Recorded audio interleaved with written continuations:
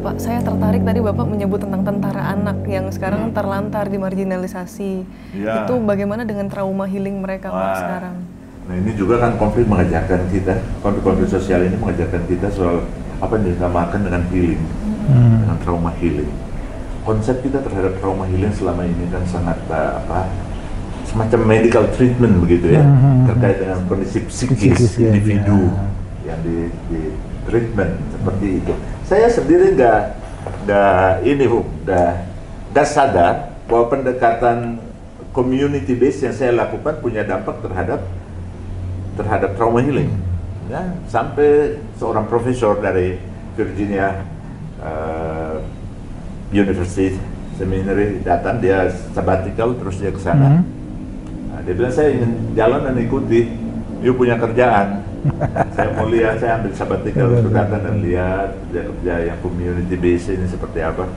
Terus dia menulis satu artikel masuk pada jurnal psikologi internasional, community based approach on trauma healing, dan dia mengkritisi semua pendekatan-pendekatan yang medical treatment dan segala macam-macam seperti itu, ya, untuk melihat bagaimana proses healing harus terjadi di dalam komunitas juga yang menyembuhkan dirinya.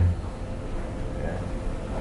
Jadi contohnya konkretnya begini, saya ambil satu anak, kita tersegregasi nih ya. Saya mendampingi dia untuk melakukan transformasi dirinya, tapi kan saya lakukan di ruang publik, ya. Bukan di ruang domestik. Ruang domestik kan sudah tersegregasi. Nah, di ruang publik itu bondnya kami ada, tapi kita kan di ruang publik itu sampai sore aja. Kalau malam kan semua kembali ke wilayah tersegregasi.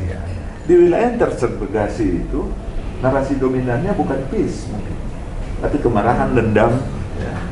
Di wilayah tersegregasi itu orang sharing ya tentang kemarahan, ya, karena semua bisa identikan diri sebagai korban ada di situ, dan di wilayah sebelahnya adalah agresor, ya, atau juga sebaliknya begitu. Nah ini tidak gampang. Kita membina di ruang publik, dia bisa bicara tentang peace di ruang publik, tapi ketika kembali ke ruang domestik, dia bukan tokoh determinan yang mempengaruhi masyarakatnya. Oleh karena itu proses healing harus didorong masuk ke ruang-ruang domestik dalam dinamika bersama masyarakat. Jadi kita bikin kegiatan di sana, kita membangunkan dia di situ, supporting sistem keluarganya kita bentuk, kita profile dia sehingga ada mengalami transformasi. Orang aktor di konflik kan dia punya pride, ya. Ketika konflik bahwa dia dipakai sebagai hero, pembatang di garis depan. Ya. Pasca konflik ketika seorang bicara tentang damai, aktor-aktor ini semua dia nothing. Itu bahaya. Sebab mereka banyak yang mengeluh, kita ini aja waktu konflik kalian karena dia hanya punya kemampuan fisik. Punya kemampuan tapi fisik, kemampuan lain-lain. Intelektual nggak punya kualifikasi. Ketika konflik selesai, dia nggak dianggap, bahkan betul. dikucilkan. Ya, bahkan orang bilang ya jangan main dengan mereka, itu petarung-petarung untuk konflik. Ya, pasti mereka ini. Nah saya menjaga ini harus seimbang.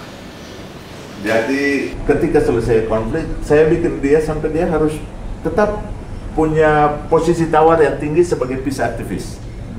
Anak tentara ini, Tentara ini dipandang sebagai peace activist ya. Jadi saya kirim ke Filipina, ada pride, ketemu brotherhood-nya di Kota Batu, ya sama-sama cerita waktu itu, sama-sama kombatan juga Pak. Pertemuan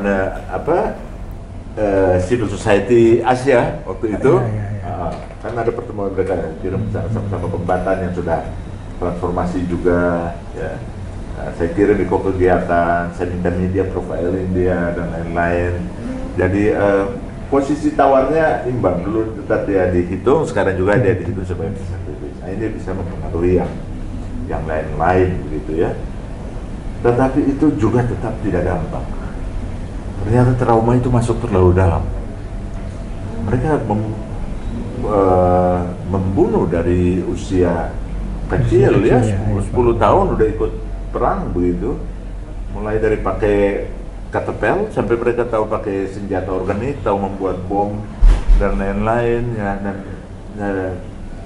terlanjur untuk menginternalisasi konflik sebagai perang suci. Nah, itu yang bagi saya selalu sesuatu yang legacy yang kita tinggalkan dengan pasca itu kan kita tidak pernah selesaikan luka-luka masa lalu ya, bukan cuma Maluku. Betul. Ya. Trauma healing untuk kolektif itu kan selalu kita didorong, mari kita lupakan dan kita Menyambut yang di depan. Depan. Tidak berdamai dengan masa lalu. Tapi itu kan pendekatan yang salah dalam trauma healing. Dia harus berdamai dengan masa lalu, itu harus dikeluarkan. Nah, satu ex-kombatan Ronald itu yang saya dampingi, kemudian dengan Iskandar yang Islam juga, yang dulu berhadapan-hadapan, ya dua-duanya saya kirim, dua-duanya ini keluar dan lain-lain, ya ikut dalam segala aktivitas, mereka jadi duta untuk HIV/AIDS, duta untuk narkoba, jadi berbanyak kegiatannya, kirim ke teman-teman jaringan di Jogja, ikut art dan lain-lain, yang suka dance ya kasih ini, jadi mereka merasa kita berarti, dibutuhkan dalam suasana perdamaian. Wah, itu bergejolak terus. Jadi ya kadang-kadang mereka tanya, mereka panggil saya Papi, kapan lagi ada kegiatan lagi? Malah tertarik gitu ya. Tetapi banyak dari mereka yang tidak tersentuh. Iya, betul. Itu pertanyaan. Termasuk Jakarta ini, kalau ada konflik di Jakarta, dengan PBR, dengan apa, saya selalu alarm saya, ada nggak ex-kombatan? Dan itu ada ex-kombatannya ini yang saya tahu dulu, tentara anak. Nah, orang-orang itu kan masih membunuh sejak anak-anak. Kenapa yang tidak tersentuh, kira-kira faktor apa Pak yang membuat mereka? Nggak ada center, nggak ada mobile center untuk trauma healing, lembaga-lembaga yang di Maluku itu pemerintah gimana tuh? Dulu dibikin ya, dari saat itu dulu ketika baru selesai konflik dibikin trauma center. Trauma center di dalam kota. Saya katakan nggak bisa pendekatan trauma center yang stationer center seperti itu. Kayak pusat kursus aja. Iya, kayak pusat kursus. Dia harus menjadi mobile. Mobile trauma healing, ya. Jadi ada ini, dan dia harus dikembangkan dari komunitas ke komunitas. Harus tim kita latih untuk bisa mobile, ya, dari komunitas ke komunitas. Kalau di trauma center, ketika situasi tenang, lo pergi ke trauma center, orang kenapa lo? Sakit, gila, goncang. Orang malu. Datang, kita bukan di luar negeri yang orang sudah terbiasa ke psikolog apa begitu. Ini orang lihat nyata-nyata. Trauma center. punya trauma. Sekarang masih ada trauma center itu, Pak? Saya waktu itu bilang nggak sampai 6 bulan nih bubar, bongkar. Benar. Nah, lalu itu nggak jalan. Dari pemerintah untuk community based trauma healing belum ada ya? Itu lebih banyak diambil oleh CSO, lembaga-lembaga agama dan lain-lain. Nah, healing, personal healing itu harus berjalan seimbang dengan kolektif ini ya, community healing. Nah, karena itu lalu yang saya bekerja lebih banyak untuk membangun model-model community based untuk dialog dan peace, ya, proses partisipatoris komunitas yang itu memang sangat melelahkan karena mobilitas horizontal vertikalnya sangat tinggi, kan. Kita bergerak dari simpul ke simpul, bangun teras di sana, lekatkan ini ke sini, itu kayak itu ada kemungkinan nggak di depan potensi konflik itu? Mungkin saja, karena ketegangan di kerja di wilayah politik kan harus juga di wilayah kultural itu selalu ada integrasi yang sangat kuat, ya. Tapi ketika mulai masuk wilayah politik, narasi-narasi itu muncul lagi, ya. Ekonomi? Juga ekonomi, ya. Tapi ekonomi sebenarnya itu fenomena yang menarik karena orang Maluku Muslim Kristen bukan entrepreneurship. Yang kuasai pasar itu kan orang-orang pendatang, ya. BBM itu. BBM dan lain-lain. Jadi secara ekonomi mereka tidak terlalu begini, ya. Ya. Tidak terlalu apa istilahnya, ada jomplang, ada. Dan itu soal pilihan kerja, dulu lebih banyak pilihan kerja di birokrasi itu Kristen.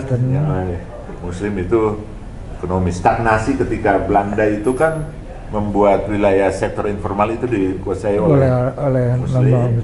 Ya. Sektor formal. Nah, kemudian ketika perubahan kebijakan mulai masuk dengan politisasi, It's me itu sektor formal begitu, ketegangan mulai muncul gitu. Kalau di lingkungan domestik tadi Pak, di lingkungan keluarga itu pandangan-pandangan yang belum pulih itu masih itu banyak ya? Sekali sampai mau gila banyak. Saya misalnya kan ada dua fase, konflik 99 sampai 2002 dan lain-lain. Saya pergi studi. Ya. Saya balik 2011 kan pecah lagi. Pecah lagi ya, betul ya. Ketika pecah lagi itu memang nggak lama, ya, hanya ratusan rumah terbakar juga di kota begitu. Tapi itu nggak sampai sebulan, 2 bulan udah selesai gitu ya, dibanding yang lalu.